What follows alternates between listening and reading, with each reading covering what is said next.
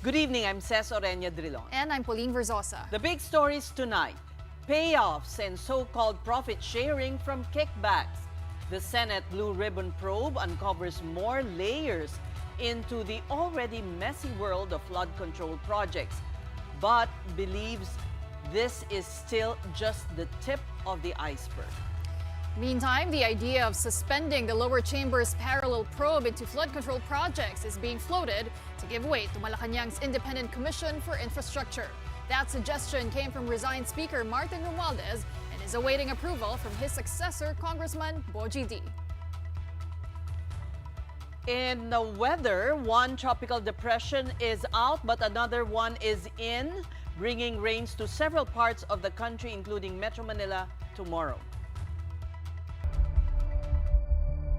Nanumpa ito to tell the truth, and dito harap-harapang nagsinungaling ka, binabastos mo kami, niloloko mo kami. Saan nyo nilalagay ang pera? Nasa paper bag lang po. Paper bag? Kasha. Ayan ayan, may relo. Relo mo ba yan? Baka po, yan. Oh, sige, ikaw na nga talaga, hindi baka. So hindi mo kilala si Senator Jinggoy at hindi ka nagdala ng pera sa kanya? Hindi po. So talagang safe ka na.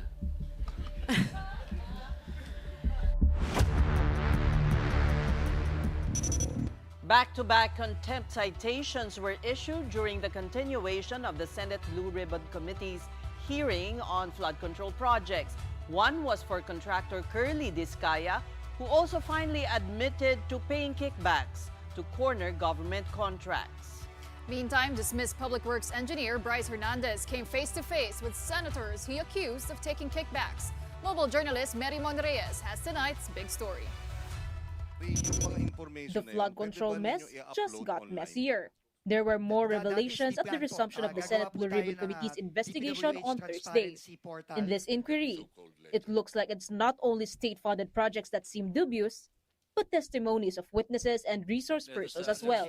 Take senators questioning why the so-called queen of contractors, Sara Discaya, skipped the hearing. Naturally, her husband Curly, who was there, was asked about the absence. Na hindi po siya makakarating dahil po sa mga valid reason po. Mr. Chair, if I may, what is the valid reason? Bali ano po, may ano po siya yung may heart condition din po siya. But Sarah's letter to the committee revealed something else.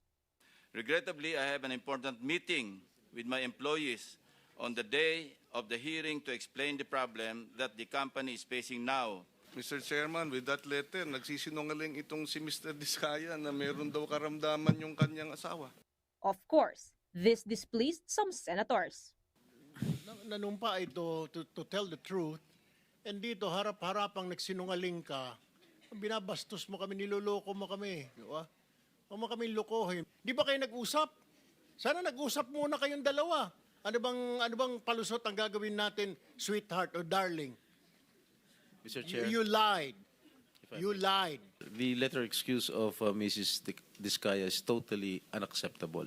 Huwag niyang bababuyin itong hearing nito.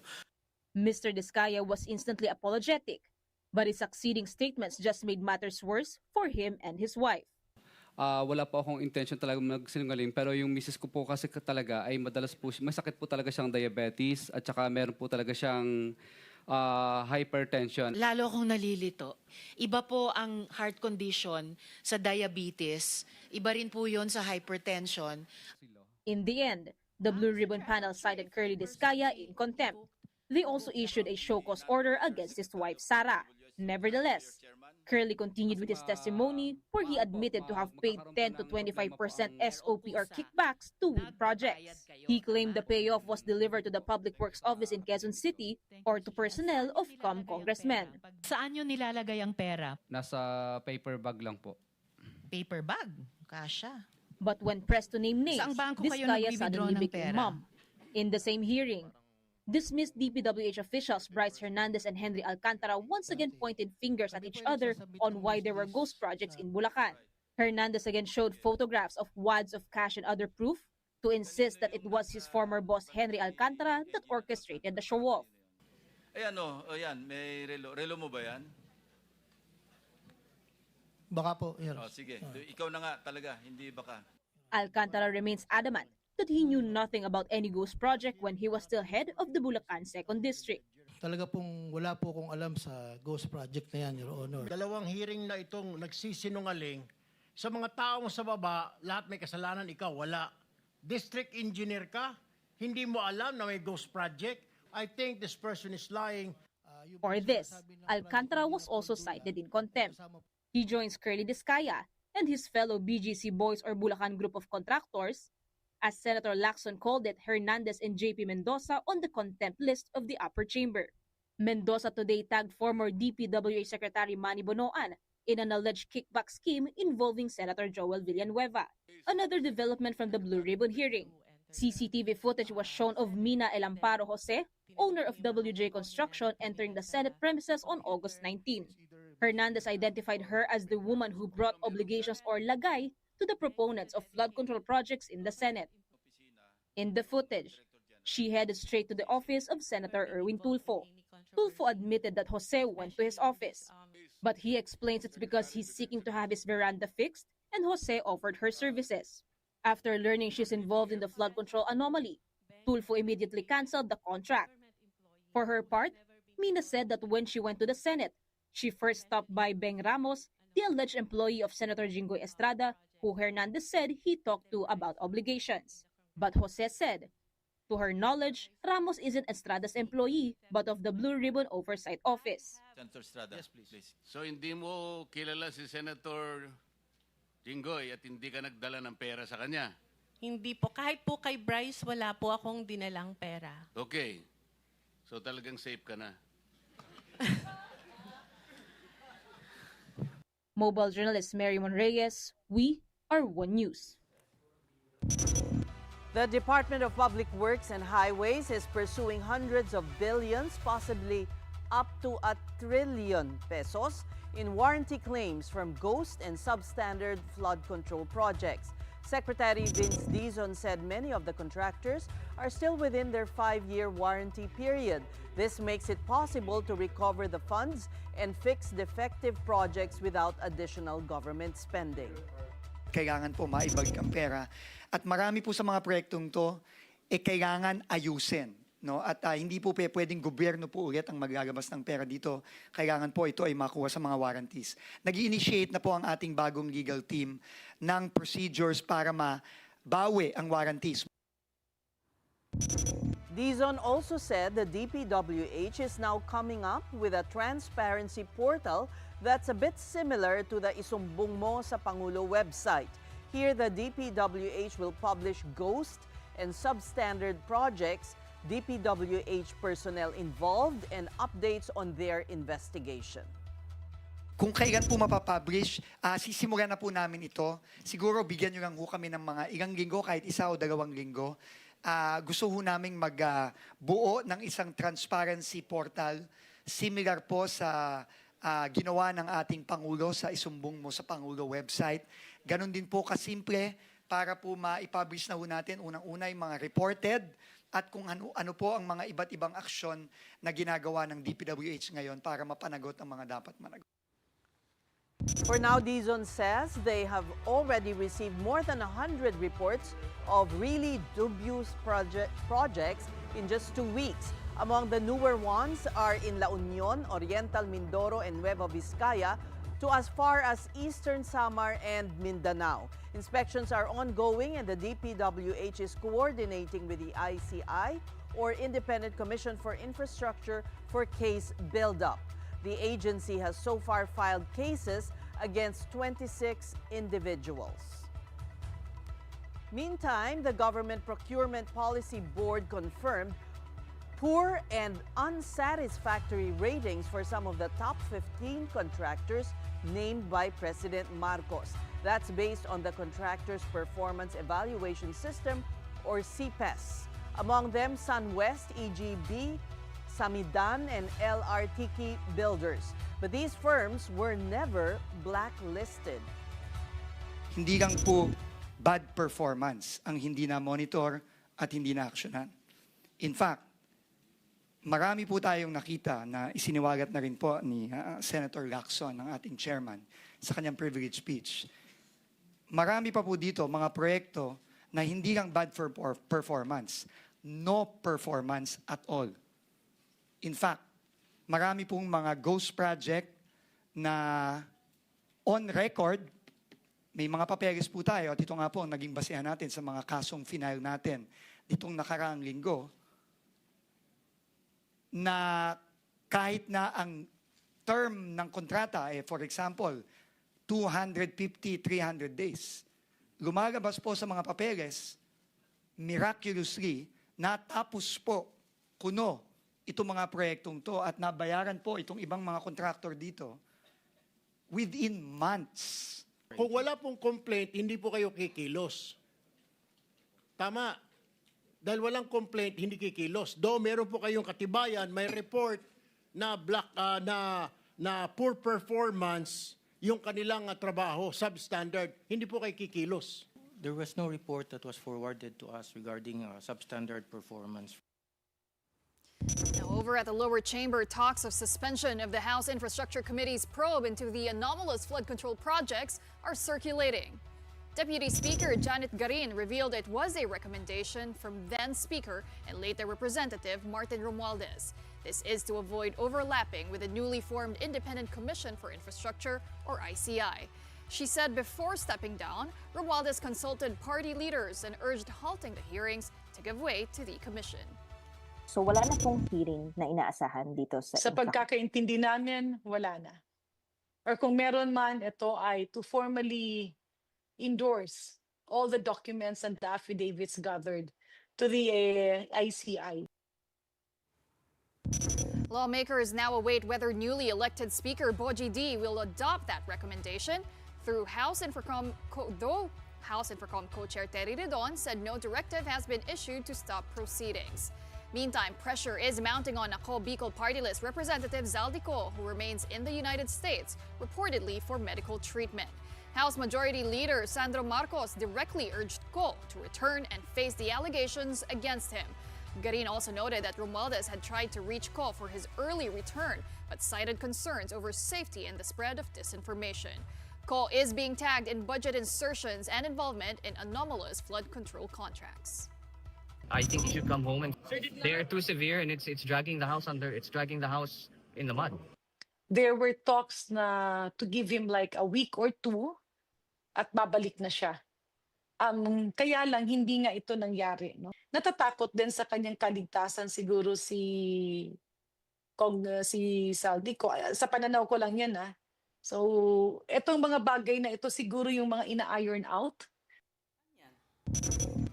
For his part, Navota City Representative Toby Tiangco said he will ask Speaker D to require Ko's medical certificate, stressing that until Ko comes back, it appears the chamber is protecting him.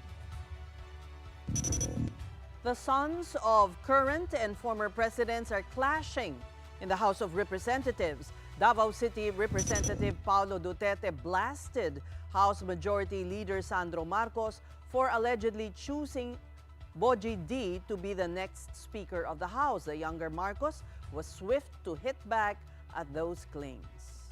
Baka style ngayon nung anak siya ng Pangulo, pero I can assure you that we are consultative with all the party leaders. Kung nagpakita sana si Kong Pulong dito sa trabaho at sa session, baka makikita din niya. But I'm sure he's busy looking for the 51 billion that was spent in his district.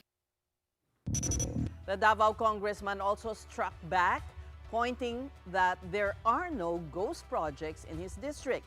Duterte admitted that he indeed refrained from attending regular sessions in the House, but that's not because of negligence, but due to the, quote, stench of graft and corruption that's too much for him to bear. He even slammed the House for being an environment that suffocates true public service. It would be better for Sandro, he said, to instead help account for the plundered trillions by his uncle, former Speaker Martin Romualdez and Congressman Zaldico. Pulong also challenged the presidential son to undergo a hair follicle drug test together with his father, President Bongbong Marcos. We're just going to take a quick break, but coming up, one of the two alleged sexual victims of community builder Tony Miloto has spoken up. That and more stories when the big story returns. Keep it here on One News.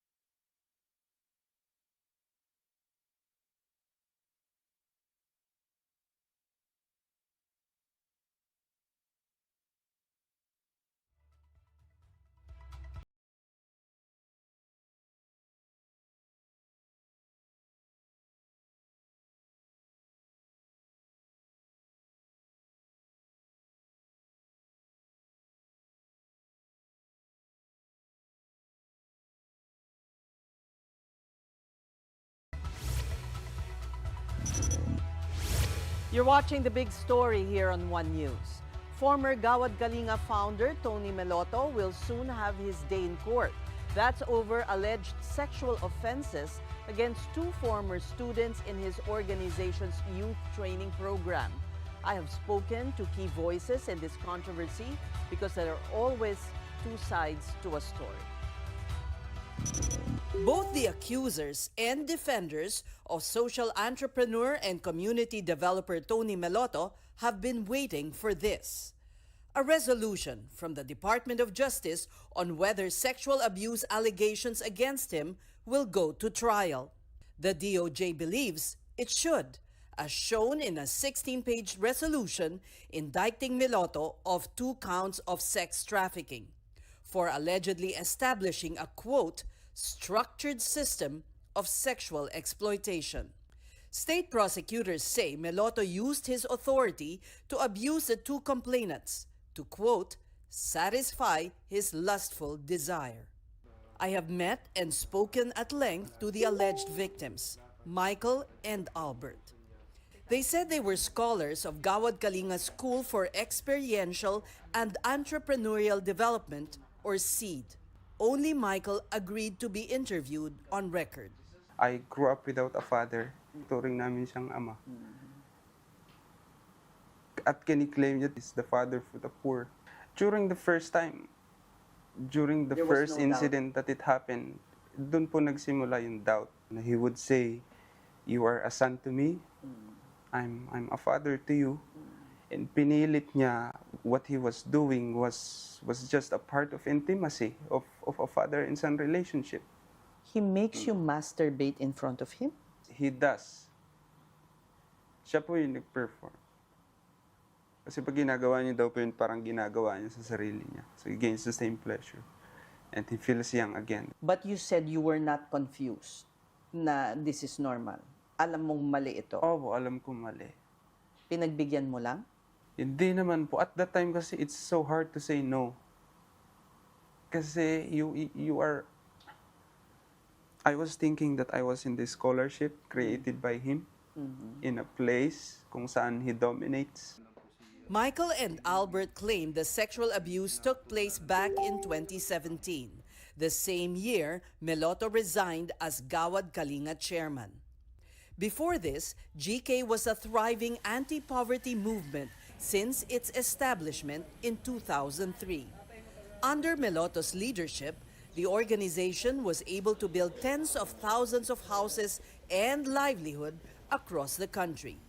In Bulacan, there's one whole community of GK beneficiaries in Angat called the Enchanted Farm.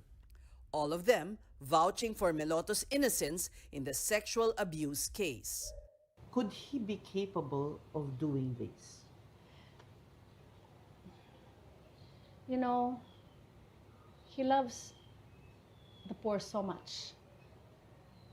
He's put so much into it, his life's work. It doesn't add up at all. Ako hindi po ako naniniwala doon. Unang-una sa pagkataon ni Tito Tony, matanda na yun. Why do I stand for Tito Tony? Bakit ko siya pinoprotektahan? And my reply is, when I was 12 years old, mas kilala ko sila. And si Tito Tony, it's yung pagmamahal, tunay nagmamahal yung ginawa niya sa amin. Hindi kami pinabayaan. Never kaming ginawang showcase ni Tito Tony. Ano ba ang yung aligasyon na sexual abuse? Sa tingin nyo, ano sa tingin nyo ang katotohanan doon? Naniniwala ba kayo? Hindi po kami naniniwala po yun. Dahil po napakabait po ni Tito Tony. Hindi po kami naniniwala sa mga sinasabi po. Anong alam niyo sa katauhan ni Tony Meloto? Mabait po yan. Minsan po hindi kami trinato niya na iba. Pamilya po talaga. Kaya hindi po kami naniniwala doon.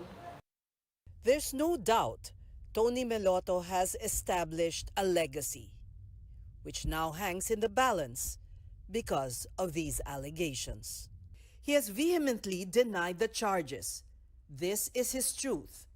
And then There are the versions of his story from defenders and accusers.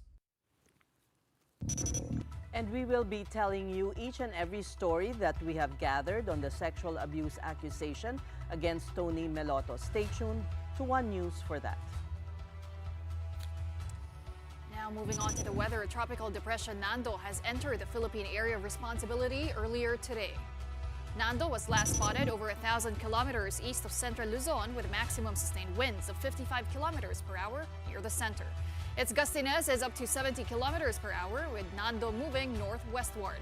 Pag-asa says Nando is forecast to move slowly northwestward and possibly intensify into typhoon earliest by Saturday. Nando is expected to leave PAR by Tuesday next week. Meanwhile, the tropical storm with an international name, Mitag, formerly Mirasol, has left PAR and is now moving northwestward.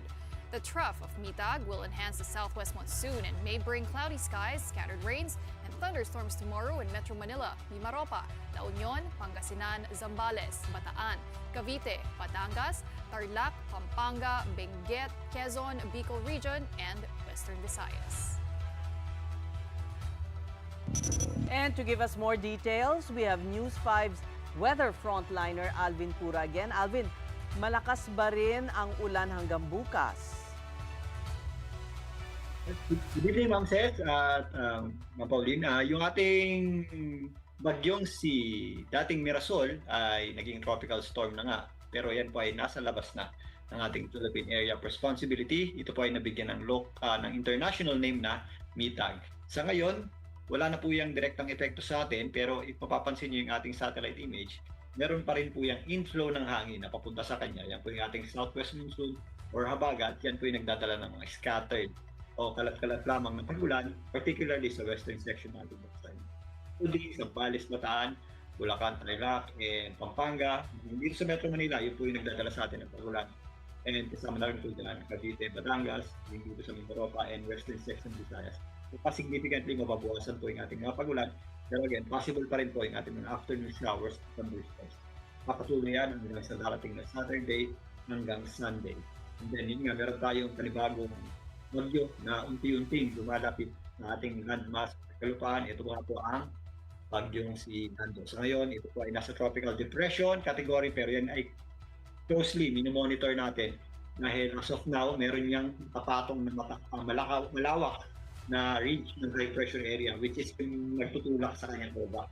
So pataas pong tsansa ng bagyong Nando na tumama sa lupa o maglandfall. Yan dito sa northern portion ng SS. Alvin, concerned ako dun sa September 21 na protesta. Anong taya ng panahon sa linggo? Alright, ito pong si Mitag, wala na yung direct effect sa ating bansa by linggo or by Sunday. And then yung ating habagat, hindi na siya ganun kalakas din. Pero itong si Bagyong Nando ay lalapit po yan sa ating bansa. If ever mapaaga po yan ng lapit, meron tayong slightly na intensification o pagpapalakas ng habagat by Sunday. So possible yung ating mga scattered places. Mas magiging makulim din po. Pero if mapanatili niyan yung kanyang track sa ngayon, kasi medyo bumibilis po siya. Pero sa ngayon, if mapanatili niya yung track, relatively maliwalas po ang panahon natin sa darating na Sunday, morning till afternoon, and then yun nga, tuwing hapon and gabi nagkakaroon na yung mga localized na thunderstorms o showers. Kung magpapatuloy ang path niya, kung hindi siya magbabago, maaring mag-okay ang weather ng linggo.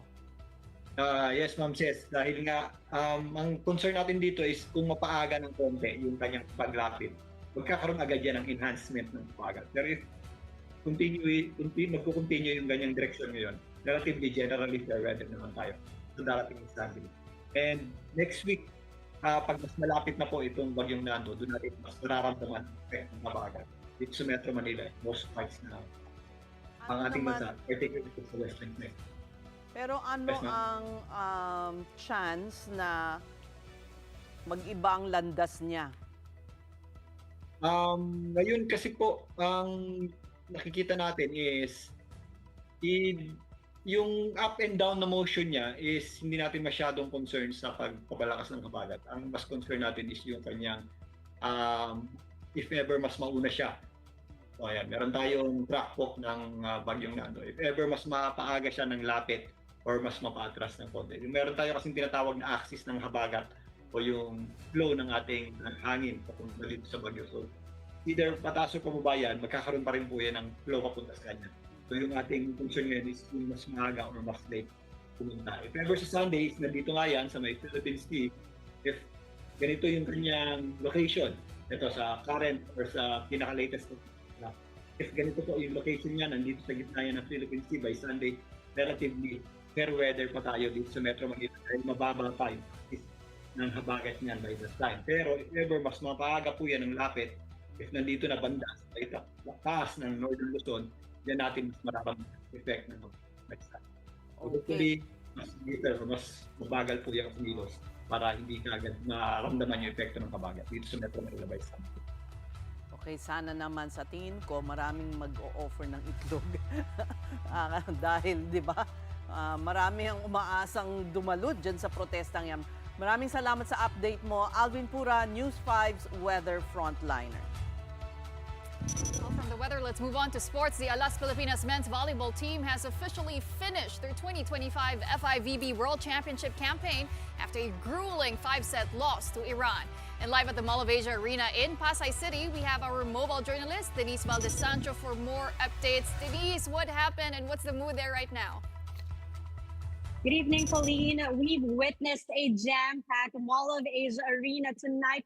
We also witnessed the heartbreaking loss of Alas Pilipinas to world number 16 Iran in 5 sets. That is 25 to 21, 21 to 25, 25 to 17, 23 to 25, 20 to 22. And when I'm saying a jam-packed Mall of Asia Arena, puno lahat ng seats mula baba hanggang sa general admission, and it was a roller coaster of emotion experience for all of them. Highlighting set number 5 became an extended set. That's 20 to 22. Kung saan it was supposed to be a win for Alas Pilipinas 20 to 18, not until Team Iran requested for a net touch challenge by Iran, which was successful.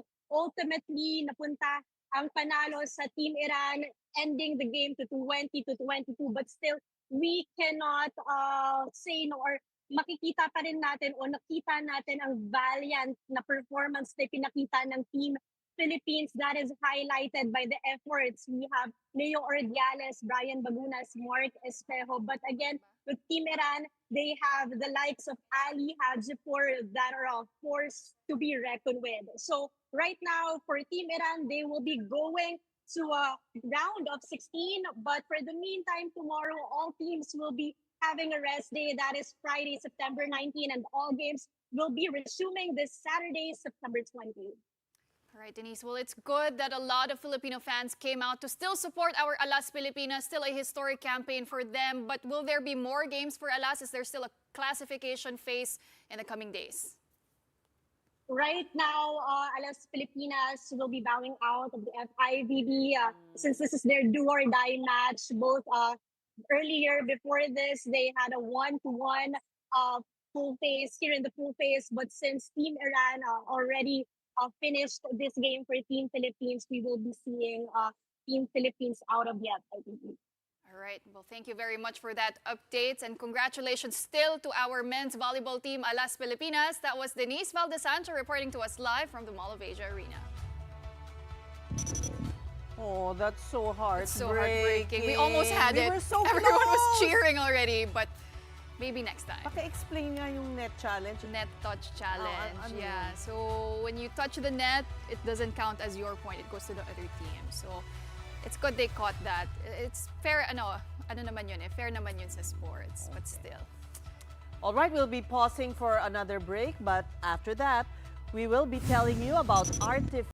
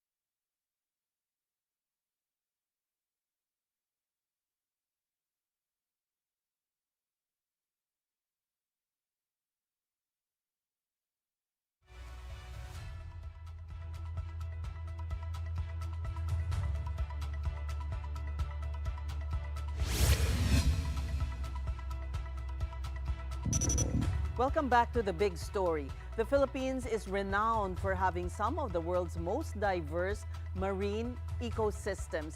But over time, our coral reefs have taken a beating, damaged by pollution, climate change, and destructive fishing practices. And to help them recover, scientists have tried different approaches: old tires, metal frames, even shipwrecks.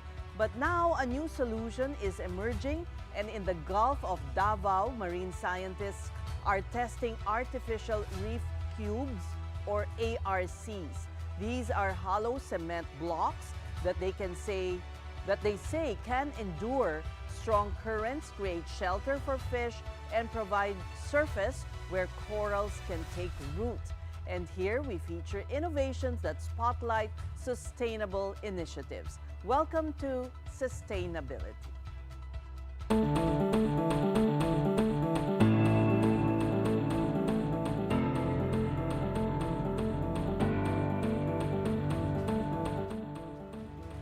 In Samal Island, 5 reef cubes have already shown success, with corals growing back and marine life returning. Seen as durable, low-cost, and eco-friendly, they are being explored as a model for reef rehabilitation in the country.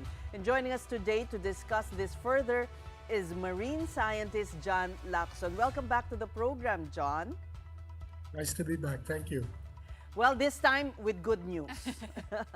This time with good news.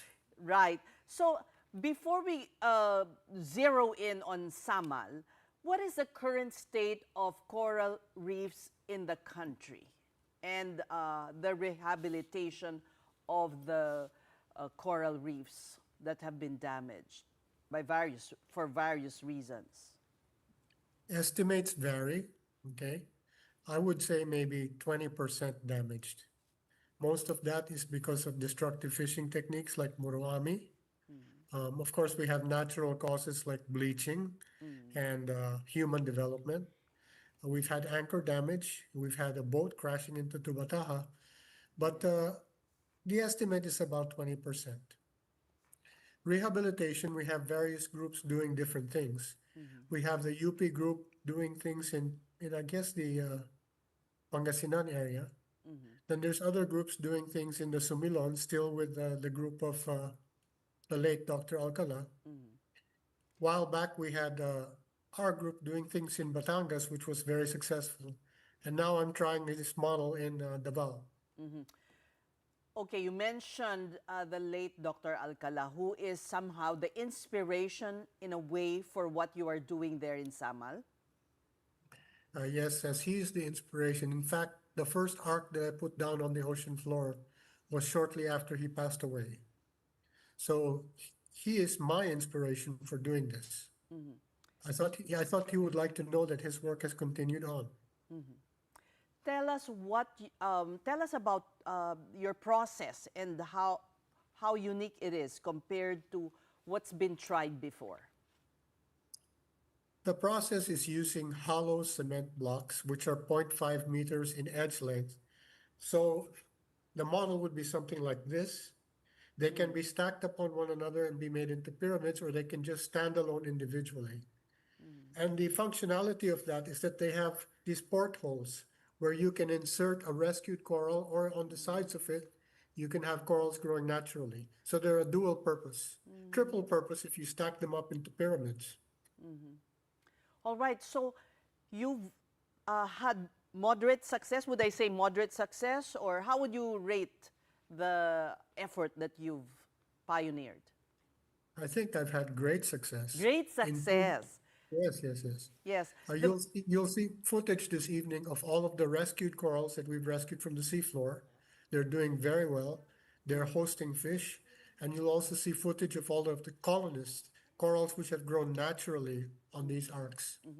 Okay, the rescued corals are from where? Just scattered about on the seafloor. That happened to be because of storm damage. So you'll just swim around and you'll just see, a piece of staghorn somewhere, or a piece of acropora somewhere. You just see if it's loose. If it's loose, you can pick it up and put it into the ark. You can set it on top of the ark. and wedge it in, and it'll continue growing, and it'll host fish. So what we're seeing now is really that is that what you've built? Those hollow blocks. Yun ang literal na hollow blocks. Actually, says what you're seeing now are the pyramids in Batangas that were built 20 years ago. Oh, okay. Yeah. And you're this also seeing- uses the same hollow blocks, John? It's using the same sort of methodology, but the difference is in Batangas, we used a mixture of dead corals and cement to make the blocks. In Davao, we're just using cement. That's the footage you're seeing now is the first arc deposited in Davao. Wow, that big already? Yes, that big already. It's a roaring success. That coral that's growing in front of you is bigger than a basketball in 2 years. Wow. So that's the timeline, John. 2 years, in just 2 years, you can already expect corals regrowing just by putting these hollow blocks? In ideal conditions, yes. And what conditions are these that you say are ideal? Low siltation, good sunlight, low wave action, clear water. John, how would you differentiate this from previous efforts? Before we used to use tires, domes, even shipwrecks. I mean, what was wrong with that, and how did you improve it now with these reef cubes? These reef cubes are kind of modular. They can be as a standalone, or you can build them into pyramids like we did in Batangas. But this is the first time that I used pure cement, that I didn't use dead coral combined with cement. The model in Batangas was very labor intensive because we would have people picking up dead corals from the seashore, and then we would have these masons who would mold them into those hollow blocks. This one is a little bit easier because we're just making a cement hollow block. And that's sustainable, environment friendly, the It's cement. environmentally friendly because it's not leaching any toxins into the environment. The Unlike thing about tires. the tires, although that was Dr. Alcala's very first initiative, later on the scientists came to find out that it was leaching petrochemicals into the environment. It's actually harmful. So nobody uses tires anymore. And how does this compare to what's being done in other parts of the globe? In other parts of the globe, all people are doing different things. Some are using cement, some are using a model like this, which they have like a steel grating, and they're using the steel grating to actually anchor corals using cable ties. So, and there's even a group here in the Philippines that's using, they're using electrical conduction to stimulate the growth of corals. This is a group in Batangas somewhere. And John, when you say low cost, I mean, how much are we talking about? How much Mura can you lang ng really semento. save? Oo nga. But the durability as well. The durability is no question about the durability. The cost is out of my pocket, 600 pesos per arc. Wow. Oh, ganon? Yes, 600 pesos. $10 per arc. Okay. And kasi mabigat siya, no? Compared to... Mabigat siya. There's another system that you shared with us, the one using the cable. That is, I guess it can be the waves, if there are strong waves, it's not, they can move, in other words. They can move. This type here, you'll see some of these in Boracay. They're much smaller, but there's other groups around the world that have these things, much bigger, and they actually transplant corals here and then tie them with cables. Where exactly in Samal is this area you're working on? The arcs are dispersed around the perimeter of Paradise Reef. In the sandy areas, in pockets where there's no coral, where there's just rubble or sand, they are dispersed in 5 strategic places. So I'm kind of like a doctor. I have to check on my patients. I have to make my rounds. The one you So I gotta described, sorry to interrupt, but I'm so excited kasi. Yung basketball na pinakita mo, took 2 years to grow to that size. How small was the coral when you transplanted it in the ark? that basketball is not a rescued coral. That's a naturally grown coral. When I first found it, it was the size of a pencil head. Really? Yes, it was about the size of the tip of this ball pen. I ran my fingers on the arc and I felt this bump, and it was about that big. It was amazing. And after 2 years, here we go. It's as big as a basketball, So literally. this coral latched itself naturally on that Yes. arc. Yes. Wow. So The this coral larva actually landed there and grew from there with no no human assistance. Now, when we're talking about a rescued coral, that's a different story. You're swimming around, you find a fragmented coral on the seafloor, and you actually wedge it into the arc. And it also does very well. They grow, they host fish. It's fantastic. So you can do both rescue and colony. So that the rescue coral is put inside the kasi para siyang bahay, no? No, it's wedged here. It's wedged here into this porthole. Okay, in You the find a coral and then you just wedge it there. And as the coral grows, it wedges itself even tighter. So it kind of locks itself into place because of its own growth. I thought it takes time for corals to grow. Isn't there a formula like centimeter? Tell us about it. And why It this differs. why this is fantastic and showing that corals can grow fast pala. It differs from species to species. Some are slow growers, some are fast growers. The one that you saw, the basketball-sized one, if you can imagine, it's about 1 foot in diameter. That's 25 centimeters in diameter.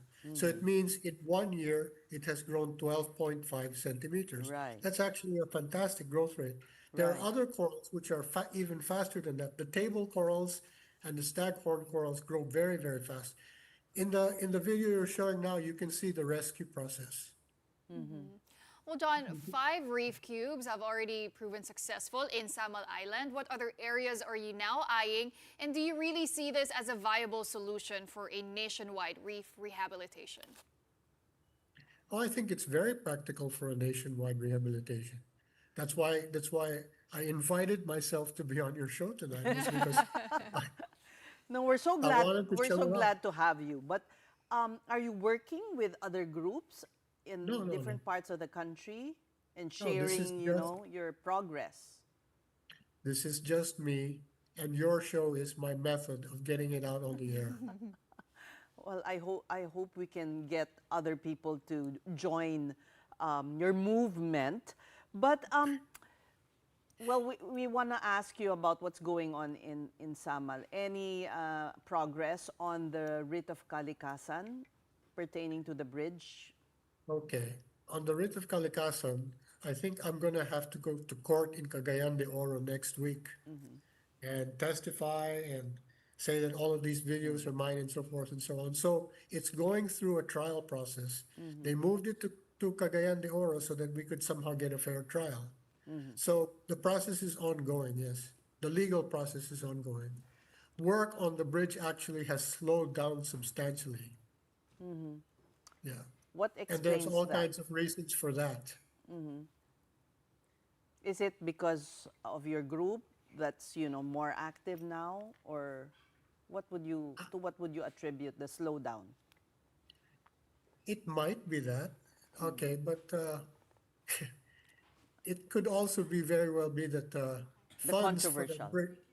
No, the funds Flood have been control program. misallocated to some other places. And so the funding pouring into Davao might have been misallocated and gone elsewhere.